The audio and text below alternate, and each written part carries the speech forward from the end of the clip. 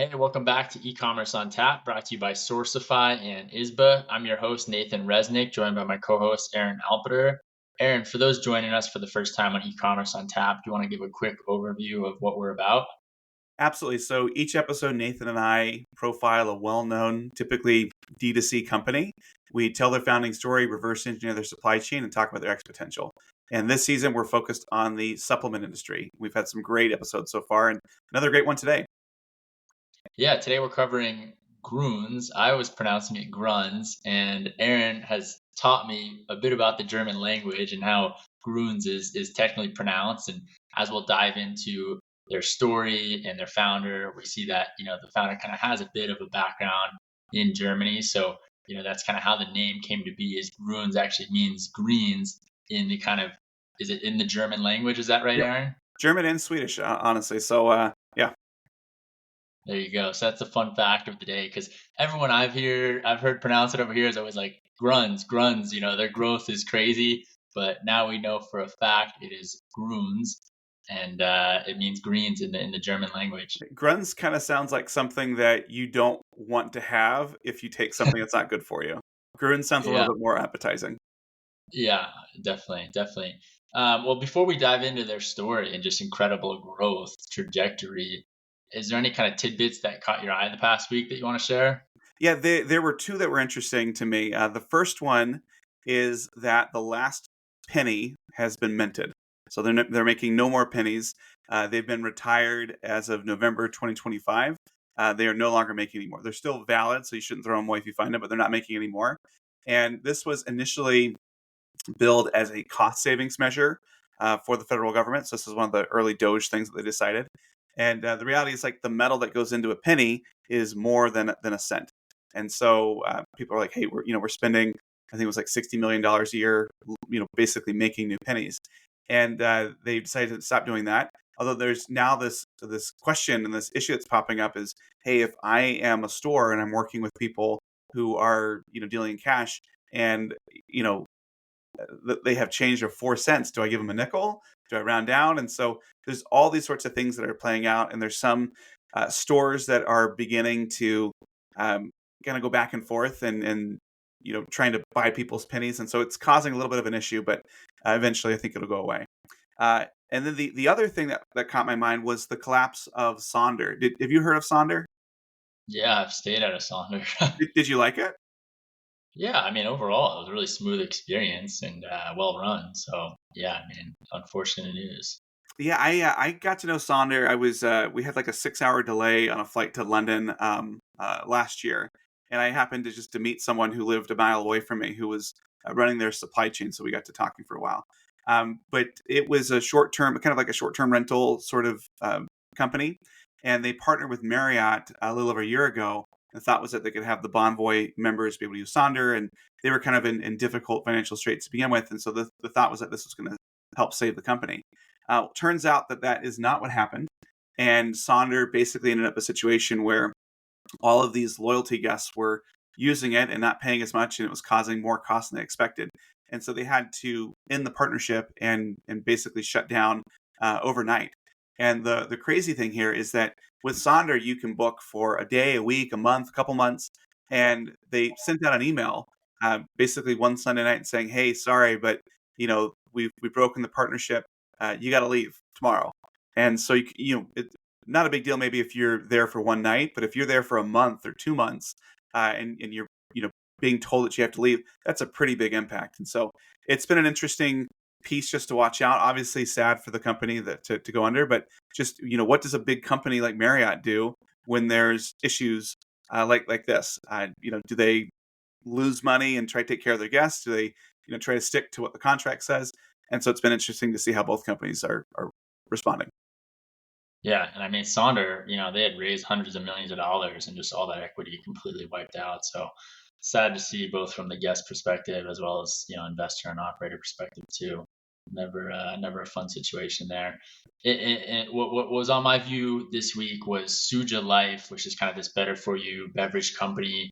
They filed their S1 to go public, and I know Suja because I spent a ton of time in San Diego past a decade and became friends with the founder. And they originally sold in 2021 to Payne Schwartz, and they bolted on like Vine Organics and a few other kind of beverage brands like Slice Soda last year. At the time in 2021, Suja was doing around 200 million in revenue. They probably doubled since then, is the estimate. And so they're kind of pushing for a $1 billion IPO here, which is pretty amazing, in terms of the kind of PE outcome for this. And I'm hoping they get it. I think it's a great team there, and they've got really strong distribution and a really strong product. And so we'll see. This is like the kind of, I think, second S1 from a kind of consumer IPO that we've seen recently. The other one was Once Upon a Farm, who filed their S1 earlier this year. So very curious to see how the public markets kind of, like them or dislike them. And I mean, lately it seems like a lot of these IPOs have did quite a bit since their IPO date. But we'll see how they perform next year. That's great. Yeah, it's been interesting. Just for the longest time, the M&A market has been closed, and people aren't going public. So it's good to see this stuff coming back into the ecosystem. Totally, totally. Well, diving into Grüns here, I think what's pretty incredible about greens and this whole kind of green space is, when people think about green powder and just this kind of part of the supplement industry, typically and I think most people think of AG1, right? Because they've just done such a good job executing here. But Grüns has kind of really become this almost like uncovered giant that I think more people have now realized how big they are. And what they did is just kind of take green, supplements and make them into a really healthy gummy, right? And I think in general, most people, especially kids, prefer, gummies over powders. And so I think on the surface level, it makes a lot of sense of their execution, right? They kind of just made, AG1, but in a chewable form. And their growth has just been really phenomenal, really incredible. And I think before we dive in specifically to their story, I think we should talk about gummies because there is, some pretty interesting tidbits from the history of gummies, right? Yeah, completely. It's kind of this thing back and forth where is it a candy? Is it a supplement? I mean, there's all these things going back and forth. But the concept of gummy candy goes back to the early 20th century in Germany. And I went through and I'm doing some very scientific research. Haribo is the original OG gummy manufacturer. And they started in the 1920s. And this was seen as a candy up until the 1990s. And so, regardless of the brand, if you had a gummy, a fruit snack, whatever, you associate that with candy. And that was the way things worked until the 1990s when the first gummy supplements were introduced. And these functional gummies, as we know them today, were first commercialized in the US. And the first brand was called Yummy Bears, which was introduced in 1995 by Hero Nutritionals. And it was aimed at children. And you saw things where like Disney starting to license vitamins and the Flintstones. I think you might remember those like Flintstone kid things, the chewables. They transitioned to gummies. And these were basically the market was like very simple multivitamins for kids age 2 to 12. And the insight was pretty straightforward. Kids hated swallowing pills, and the parents wanted something that was more palatable and less likely to cause a meltdown. As the parent of young children today, those meltdowns are awful, and so anything you can do to avoid them and still do what you're supposed to do is helpful. And kids thought this was a pretty good deal for them as well because they thought that this was candy, and the candy texture made it feel like they were getting a treat. And so this was a really good thing, win-win all the way around. However, while parents like them and kids like them, pediatricians were really split in terms of were these actually helpful or not. And because of the format, the doses were generally very, very low. And they were often missing core vitamins like iron or calcium due to some of the limitations with the gummy format. And a lot of people saw them as nutritional insurance, but they weren't really seen as clinical strength supplements. And the biggest concern from pediatricians was the sugar. And I mean, let's face it, these early gummies were essentially fruit snacks with some vitamins included. And so there's this question of like, is this candy dressed up as healthcare, or is this actually something that's helpful? Even parents were worried to some degree because kids thought this was candy, and their parents, so they kind of kept over consuming and eating these sorts of things. I think where the industry was in the late 90s was just this thought that, behavioral compliance, getting people to want to take things on a daily basis, that was better than any of the chemistry. And so, kids were actually eating the vitamin, and it was a win-win even if it wasn't perfect. Yeah, I mean, I think that's a really powerful insight, right? Because most people in general would probably prefer to take a gummy versus a pill or powder, and I think that's kind of what made gummies this unstoppable format in terms of just how it's become kind of so popular across modern culture. Like, hey, would you prefer to be prescribed pills or gummies or powders? What kind of form of consumption do you prefer? And I would think that most people definitely don't want a pill. Maybe they'll accept a powder, but gummy in general just kind of, like you said, almost has this candy like feel or texture, right? Yeah, you associate it with candy, and it turns out that adults just happen to be children with credit cards, and they hate taking pills as well. And it was kind of like this nice little dopamine hit in the morning as part of their morning routine. And it was really only a matter of time until the children that grew up taking gummies as quote unquote healthcare became adults and wanted this as well. And so you saw companies like Vitafusion, Nature Made, and eventually Ollie enter into the whole host of categories like multivitamins, fish oil, hair, skin, nail formulations. You see these a lot with like sleep, with melatonin or immunity, like the vitamin C sort of gummies. And Ollie was really the winner here in this second wave. They came to market in 2014 and built a supplement brand around design, taste, and simplicity. It really wasn't about having the most forward leaning science in terms of gummies. And they sold for hundreds of millions of dollars to Unilever as a result. And in terms of efficacy, these gummies were seen as a little bit more legitimate than the kids' version, but the dose was really limited by the gummy size and the formulation constraints. And you look at beauty formulas took off because consumers believed in biotin, even if the evidence was mixed. And these sleep and mood gummies gained traction because melatonin and botanicals fit well into the matrix or the structure of a gummy. And so these early gummies still suffered from the perception of high sugar content and high calories and offered an incomplete nutrient profile compared to pills. And I think it's important to note that like vitamins degrade faster in gummies, and most nutritionists saw them as better for you candies and not serious supplements. Yeah, I mean, that's a great summary in terms of, where gummy format was through 2020. And I mean, I think it was kind of this perception of, is it a treat candy as opposed to kind of this key, supplement type of format that, now both kids and adults, enjoy more than pills, right? And so it just seems like, these are the ones that they're more likely to take, right? In terms of, hey, if you've got these options, you're going to choose a gummy.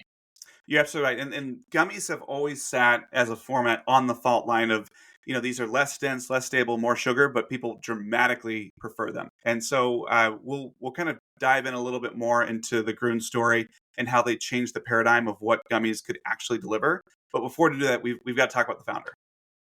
Yeah, yeah, totally. I mean, Grüns is kind of this unique dynamic in terms of the founder, Chad Janis, is definitely unlike most founders we profile in e-commerce on tap, right? If you think about our past episodes, a lot of our founders kind of either have this major health scare that provides this unique insight and goes on to really have a kind of passion driven approach to their business, or they spend multiple years backpacking through Asia and design a new product based on that experience.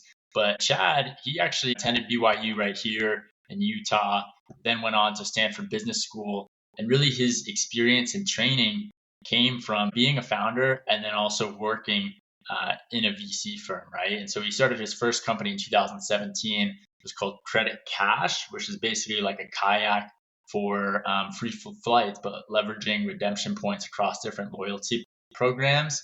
And he did that for 2 years before joining Summit Partners, getting a firsthand experience of the high growth of some of these major DTC brands that Summit was an investor in, like Solo Stove, Chubby's, Brooklinen, Ruggable, and Dr. Squatch. And so for most of those companies, he was a board observer, really seeing their growth firsthand and understanding, okay, how are these, companies getting to such scale so quickly? And, I think that it seems from his experience, just having that firsthand perspective, it kind of, I think, gave him that founder itch of like, hey, I've got to find a category that I can innovate in that has a large TAM that I really think I can build a strong business in, right? Yeah, I think, having that front seat that you're talking about is just an amazing laboratory. Yeah, I think he kind of pulled out some key elements that he identified in the most explosive companies that Summit Partners was working with, right? And I think in general, he saw a few things. They focused on everyday pain points. He looked at the branding and marketing behind these companies and how they really kind of intertwined virality into their campaigns and what they did from that front. And he had this experience of taking cream powders every morning in grad school while at Stanford, and within a few days, he mentions that he became frustrated by the taste and the sediment. And he begun thinking like there must be a better way to do this. And so he eventually, started around, supplements. And his core insight was that, compliance more matters more than perfection, that people won't just take a daily because it's messy or unpleasant, even if it's the best formula, right? And so I think he's realizing like, hey, the actual process in which you take this supplement is almost more important than what's inside that supplement, which sounds a little counterintuitive. If you think about supplements, in general you want the highest quality supplement, but at the end of the day, if it's a burden to take, you're probably not as likely to take it every single day, right? And I think that's really kind of what's nice about this technology that he realized around gummies is that they had matured to a point where a company like Grüns could be created here, right? Yeah, and I think we should take a step back and dig into some of the actual mechanics of gummy manufacturing. We had a couple comments where people were like, "Hey, you guys are supply chain people. You're talking a lot about branding and finance stuff like that." Well, this is the supply chain episode you've been waiting for, and I think that when you take a look at supplements or the beauty industry in general, there's some key components that go into making a gummy. The first and most obvious is you have to have a base. This is what gives it its shape. It's what holds the structure. It holds all the active ingredients. And traditionally, these have been made with gelatin. Gelatin is the exact same stuff that goes into Jello. And you would add any sweeteners, waters, or other binders in there that help determine how chewy or soft the gummy was actually going to be. And the base is actually extremely important because even though it doesn't have a whole lot of nutritional value to it, the complexity of the base determines how much room you have left in the gummy to put other things in there. And those other things are really the active ingredients. So this could be anything from vitamins or minerals, botanicals, mushrooms, CBD, etc. And the challenge is that most actives don't play nicely with heat, pH, each other, or just plain taste bad. And so these are some of the big limiting factors that gummies have had, for the first 70 years. Once you have your bases and your actives, you mix them together. You actually heat the mixture until you reach what's called the right solids content. And it's basically how much of the good stuff is in the gummy. And you want to make sure it's equally dispersed throughout the mixture so you don't have, all of one thing and a couple and, just the base and a couple of the other gummies. If the mixture is too hot or too wet, the actives will actually break down, meaning that it won't be helpful at all. It's basically just candy at that point. And if it's too cold, it won't set. It'll be very runny. Once you have things mixed, you deposit the warm slurry into thousands of small molds. So again, think about the little bears that you're used to seeing. And you really want to make sure that each gummy has the same dose of the actives. Once they get cooled, they firm up, and then typically you coat them with something so they don't stick together when they're in the bag. Makes a lot of sense. I mean, it really sounds very similar to how Jello or candy would be made. I mean, is that far off in terms of the process? It's pretty close. I mean, that's really how it's been for the longest time. And the first era of these supplement gummies in the 1990s were really just that. It was candies and vitamins. And this was because gelatin was the universal base. And there are some properties about gelatin that just make it difficult for supplements.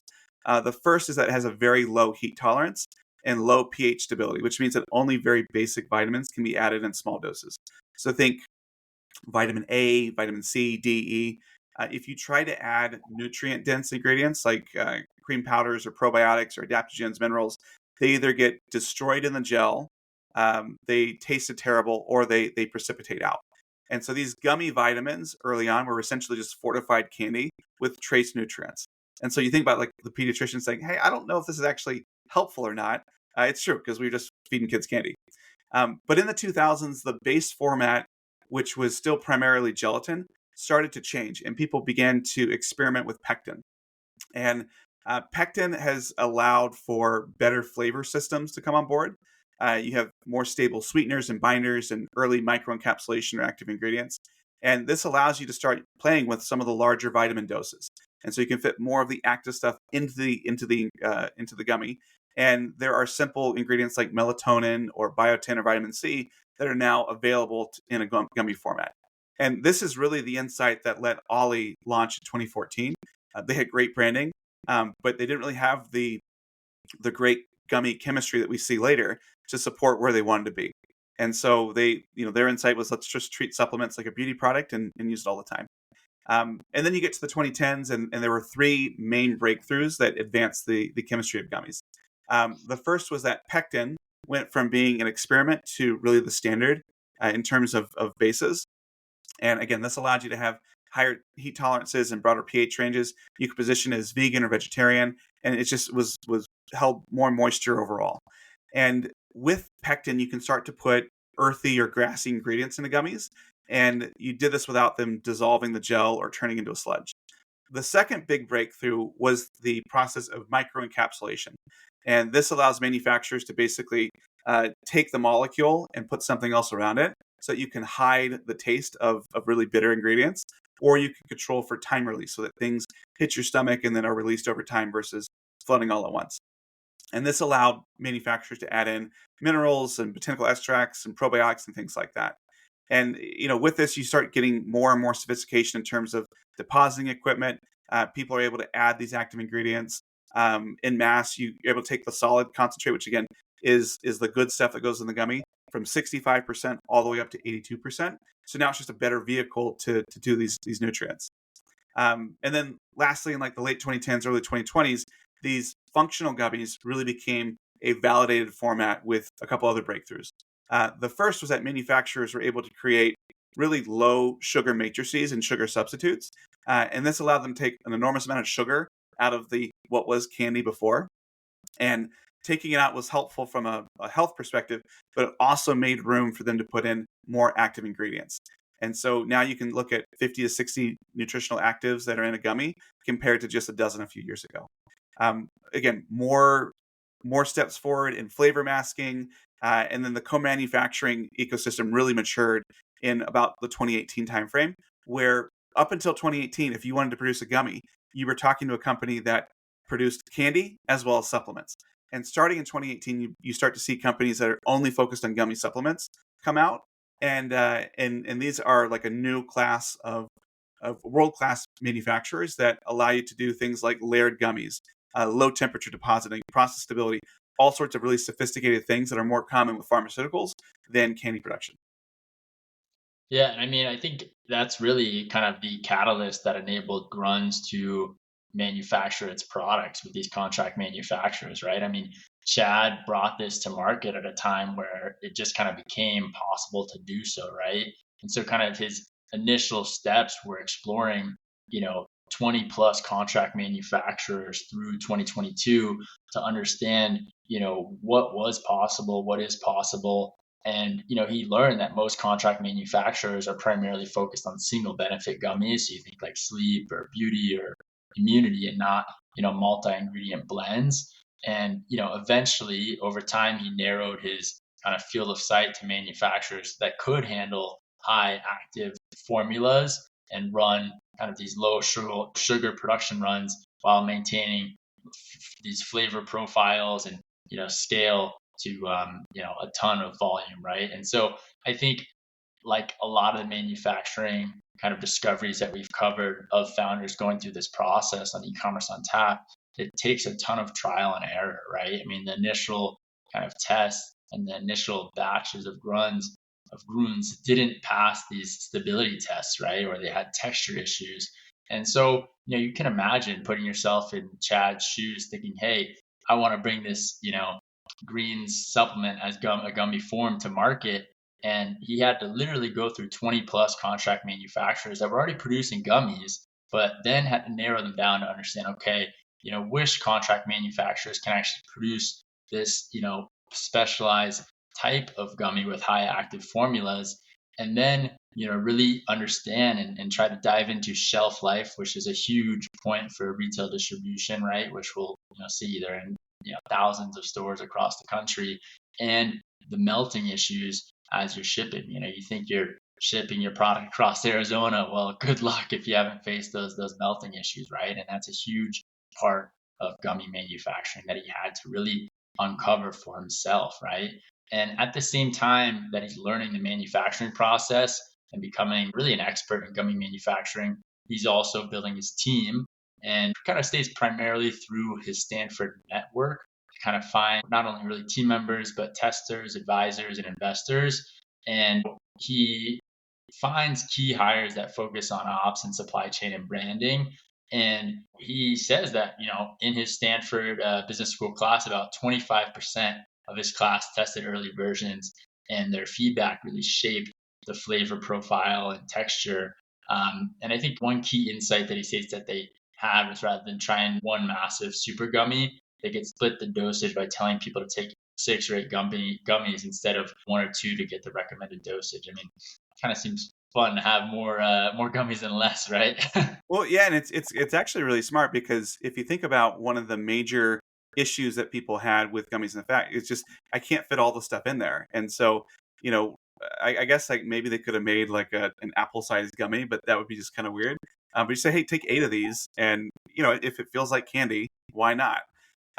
Why do they settle on the name Grüns? Yeah, so Grüns, means greens in a lot of the kind of Germanic and Scandinavian languages. And Chad had spent 2 years in Germany doing volunteer work and had become fluent in German, which is probably top of mind as he was exploring a company name. And so I think it has this kind of visual identity, and the name ties directly to the category without being kind of too generic. And it's definitely instantly recognizable, right? It's Grüns, and it's got the kind of 2 dots above the U for a little bit of visualization for those that are listening and not familiar with the brand. And I would say it is pronounced, like you can pronounce it pretty easily, but I think most people say Grunz. I said Grunz before my German lesson. So, it's definitely different than, AG1 or Bloom or Ollie. But, I think with all of this research and all the testing, it gets us to this point in 2023 when the brand finally launched. What does that launch look like? Yeah, it is really something where they went to market pretty much as soon as they could, meaning from a technology perspective. This nobody else was doing this, and they had a very bold promise, and that was to take the most comprehensive greens or functional nutrition stack out there and pack it into a gummy. And they really differentiated themselves from AG1 and other powders, and from other gummy vitamin brands, which only had a few actives. And they wanted to give you the benefit of what many other brands were offering without messy powders or pills. And they wanted the consumer to really look forward to taking this. I mean, again, having taken AG1 and having eaten gummy bears, I know that there's one that is much more enjoyable than the other. Although I know that AG1 is good for me. But they launched in May of 23 as a D2C only brand, and they were offering some subscriptions, but they only had a single hero SKU, and that was a grab and go snack pack. And each pack contained 8 gummies, and it was like a mixed berry type of flavor. And the core formulation was 60 whole food ingredients, vitamins A to Z, greens, fruits, vegetables, adaptogens, mushrooms, and a prebiotic fiber. And just like AG1, it was a product with a really big promise. Take this and it'll help solve or fill in all the nutritional gaps that you have. And they priced it about $80 for a 28-day supply, which was competitive with AG1. And yeah, that's what they launched with, and kind of went to market pretty quickly. Yeah, and I mean, I think it kind of is this interesting dynamic, right? Because you've got this, core formula that people know AG1 for, and now Grun's launches obviously in this gummy format. And, I think despite being in market, they continue to iterate on their product, quite a bit in the first year. And I think that's kind of a key point for founders to take note of like, hey, don't wait till your product is completely perfect. Go to market, get feedback, iterate. And that's really what, they did here, because they switched to the methylated minerals to improve bioavailability in their gummies, right? They reworked kind of the greens blend to improve taste and nutrient stability. and they adjusted sweetener systems to support both low sugar and sugar-free SKUs. And so they kind of continue to, optimize like serving size and portion packaging and all of this through their first year. That I think is a key point for founders, right? Because so many people wait too long to launch. And like in general, your product's never going to be perfect. You should always be having this, constant customer feedback loop. And I think that's what they did really well on in the first year of, gathered feedback from their customers to understand how can we improve our product. And it shows, right? Because, their growth speaks for itself. Yeah, and I think that there's this constant tension between, perfect versus good enough. And I think that the key thing here is what Grüns appeared to do was they put forward their best foot, but they also, were nimble enough and, had low enough inventory and strong enough partners to say, hey, we're going to make this better. We're going to take your feedback and we're going to look at this. And that's really the name of the game here is, yeah, get to market with something you think is good and provides value today, but also be really flexible and get going. Whether you're building a tech product, you need to make sure you've got plenty of dev budget available to iterate and rebuild the product in that first year, or if you're launching a product like a actual physical good. I think it's so important that you're not sitting on 2 years worth of inventory at launch. Like it's better to stock out, it's better to be lower because you're able to iterate that way. Yeah, and I mean, unlike AG1, they decided to launch other products and product lines pretty quickly, right? So late 2023, they launched a sugar-free daily gummy. Um, low sugar was previously the default. In 2024, they launched the Grüns Cubs, which I think is great branding. It's their kids line, and those were kind of snack packs that contained 4 gummies per day and had this kind of tangy fruit and softer chew. And they also reduced the greens blend in that product and lowered kind of the vitamin dosage, of course, for kids. And I think kids, this category is, in terms of like supplement gummies, is only a category that Ollie has dominated. So this is definitely a strategic move on their end. And then in late 24 and 25, they introduced multi-week pouches as well as 3-pack or 6-pack bundles to be optimized for their D2C subscription business. And so they also then expanded into other flavors like mixed berry, watermelon berry, tropical punch. And these are high active supplement gummies, not candy, right?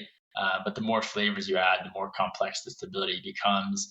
And there's obviously supply chain variability here as well. And so I think it's kind of a key point that they have these core product lines, but they also expanded flavors. And it's drastically different than AG1's strategy, which just recently expanded into new product lines. So I mean, it's rumored that they're exploring additional categories such as an energy gummy, an immunity gummy, and a sleep gummy. And I think it makes a lot of sense. So I mean, hats off to their execution there. Yeah, they really seem like they are working and innovating with a huge degree of urgency, despite all the growth that they have. What have been the results so far? I think they've been pretty good from what we saw. Yeah, I mean, it's honestly really, really amazing to see their execution here. So, I mean, their growth in terms of revenue. I'll just start with that because I think it's pretty, mind blowing for people that aren't aware with the brand. In May 2025, they reportedly shipped 4 million gummies per day across all their channels. I mean, imagine that 4 million gummies a day, and they reached over 100 million in ARR and raised a $35 million Series B at a $500 million valuation. And so this kind of goes in terms of fundraising from like a pre-seed in August 23 to a $6 million seed in February 24 to a $10 million Series A in May 25, and then a $35 million Series B in May. So, I mean, now they're throughout Sprouts, which they launched in December 24. They're in over 1,600 Target stores that they launched in February 25, and they're in 1,900 Walmart stores in April 25. And so, I mean, it almost seems like they caught lightning in a bottle, right? Because literally go from like just starting and well, just formulating in 22 to launching in 23 to just having this like incredible growth curve. I mean, how much of it was around kind of the technology manufacturing versus the branding versus Chad's experience at Summit Partners, I mean, versus consumer insight. I mean, it's just really remarkable to see this type of growth.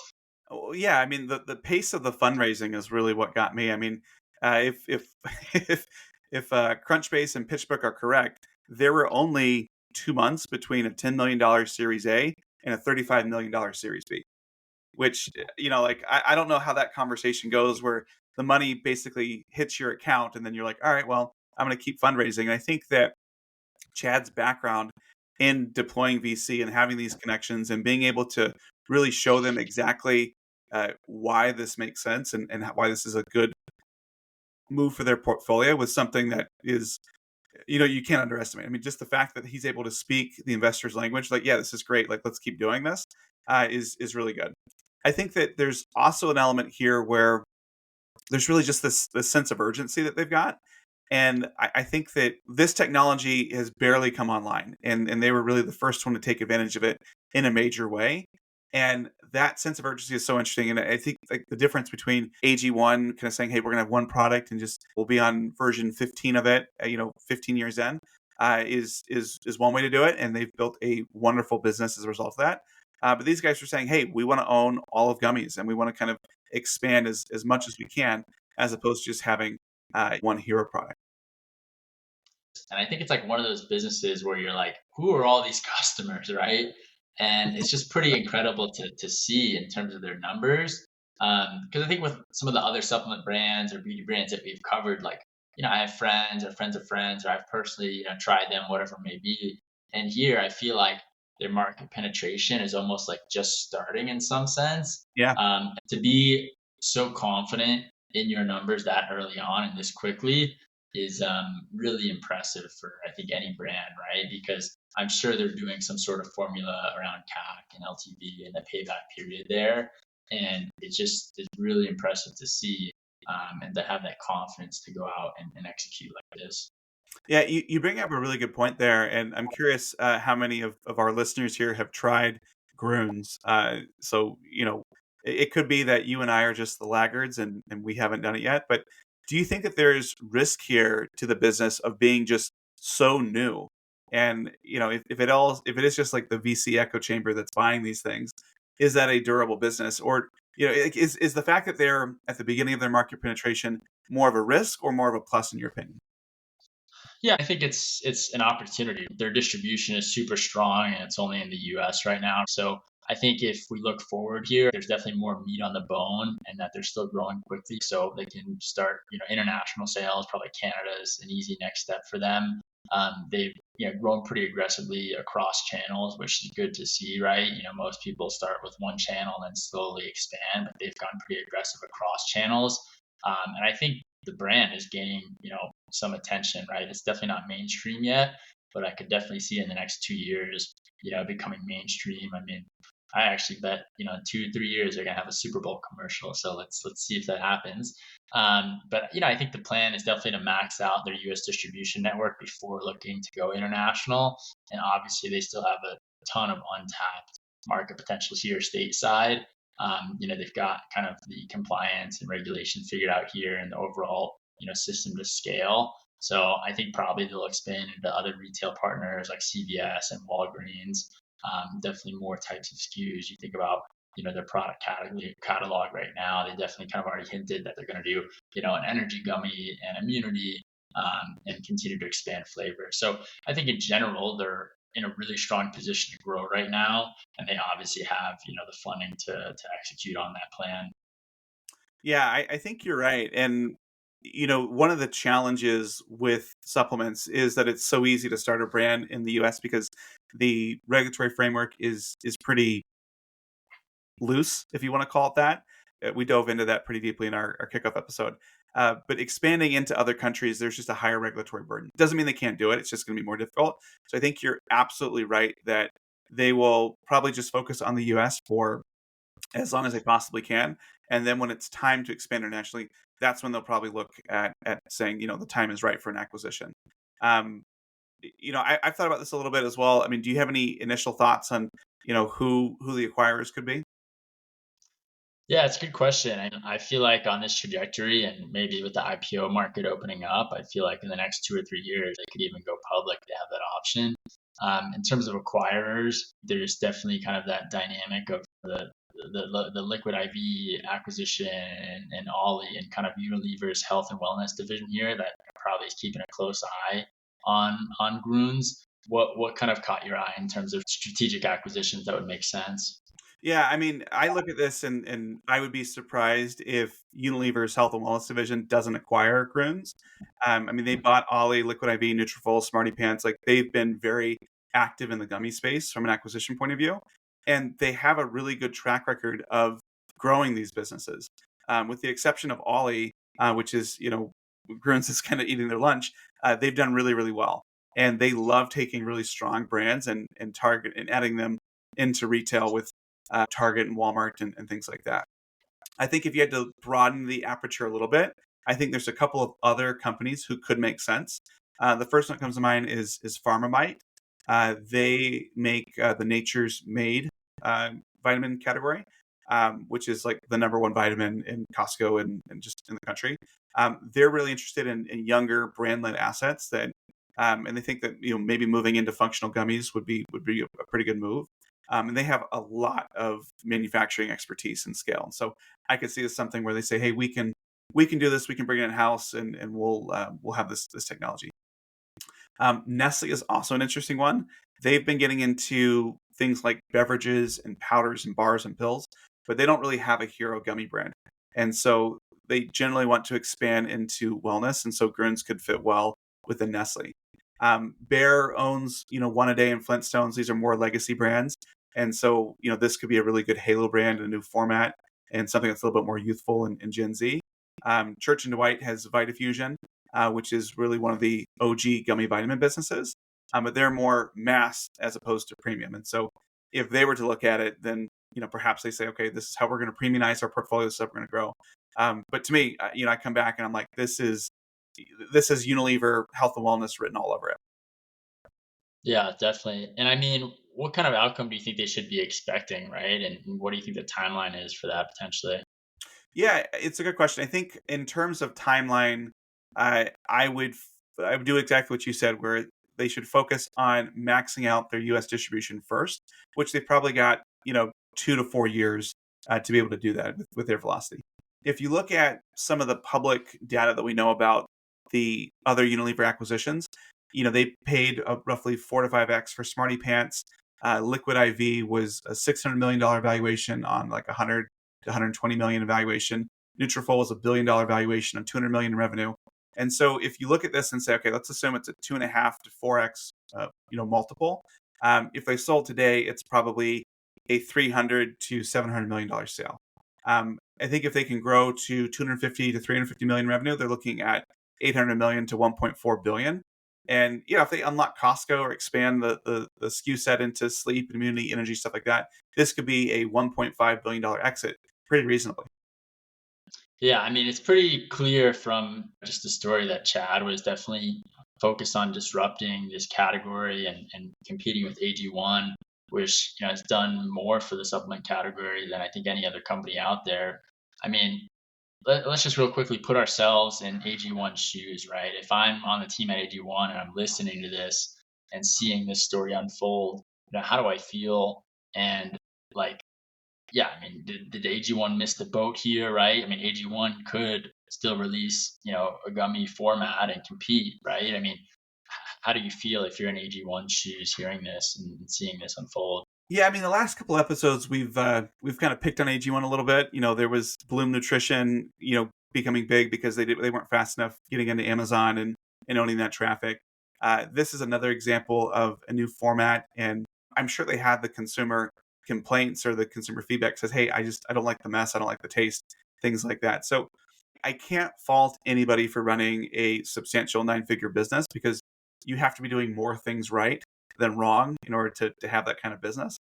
But I also think that, it's possible that they were so focused on just the one note, they played it over and over again, that they didn't invest in any R&D or trying things, doing things like that. I do think that the book is not finished on AG1. And so they've done one thing that nobody else has done, where they've built a synonymous, greens nutrient brand. And so there's a real opportunity for AG1 to become a master brand. and to be in different channels like retail and Amazon, to be expanding into other formats like gummies. And so I would encourage them to do that quite a bit because yes, they own the green powders market on D2C and podcasts today. They don't own it on Amazon, and they don't own the gummy piece, which looks like it's growing super quickly. And so I think that if I were them, I would say I would take the optimistic point of view and say, hey, look, we've had other competitors that have proven out that people want to buy our products in this format in these channels. Like all we have to do is execute as well, and we should be able to reclaim a lot of the halo effect and just the brand credibility that we have. But that's how I see. What do you see? Yeah, I mean, I agree with you. I think if I was AG1, it would kind of light more, fuel under my fire and just say, hey, we've got to perform here. We've got to execute. We can't let this team eat our lunch. And I think that's what they're going to do, right? I mean, they're already planning to expand into different product categories, right? Like sleep and I think immunity as well. And so they're already doing that. There's nothing to say that they couldn't go, release a gummy as well. So, I think it's going to really light more kind of motivation on their team. And I think that's the right way to look at it. I think great teams perform under pressure, and I'm sure that's what AG1's going to do. Is they're going to really kind of reinvest in their brand and growth, and maybe expand into some more product categories here to defend their position in the market. I Yeah. think when I think about Grüns and this whole story, what comes to me in terms of takeaways is just that you don't necessarily need to be an expert in a category to build a big business. You can learn it. You can really have self belief to understand that process, and you can kind of apply something that's working in a different format in terms of consumption. In this case, a powder or a pill, and say, hey, can I apply that to gummies that people enjoy in general more than a powder and a pill? And so if I'm kind of thinking about summing up this story and kind of my takeaways, I think it's really just applying a new format to an industry that's growing a lot. And I think that's really what Chad and the team have done very well here. Yeah, you're absolutely right. And I think that, this wasn't the kind of story of, hey, there's a microbiome expert or an ex bodybuilder that was trying to emphasize performance. It was really just, for all intents and purposes, a regular guy who said, I hate this powder routine. I like the idea of powders, but how do I make it easier? And so I think you're right. Like this deep subject matter expertise is something that you can learn. And I think Chad did a great job of becoming an expert in gummy manufacturing and the science behind it. But the real piece here is finding a pain point, finding an insight, making people want to do what they should do, and kind of doing that. And so, I think the main takeaway for me here is that if you're a non-technical founder or someone in that space, you don't need to be a chemist, but you need to invest enough in the science to teach yourself, so that you understand when the manufacturer is bluffing. And so I think that Chad's understanding of supply chain and the manufacturing process has allowed him to outflank his competitors. And if manufacturing is going to be your moat, go spend time in the factory, I think is the main takeaway. Totally, totally. I love this episode. I love this story. Really impressive to see just the growth of Grüns, and probably their continued growth too. We'll have to report back, in a year or two and see where they're at. I'm sure they're going to have more growth and more funding. In the meantime, for those that are listening, you've got to leave us a review. We haven't heard from all of you that are tuning in, so take a second right now, leave a review on Apple or Spotify, share e-commerce on tap with a friend. We greatly appreciate you listening in to this episode of E-commerce on Tap, brought to you by Sourcify and ISBA.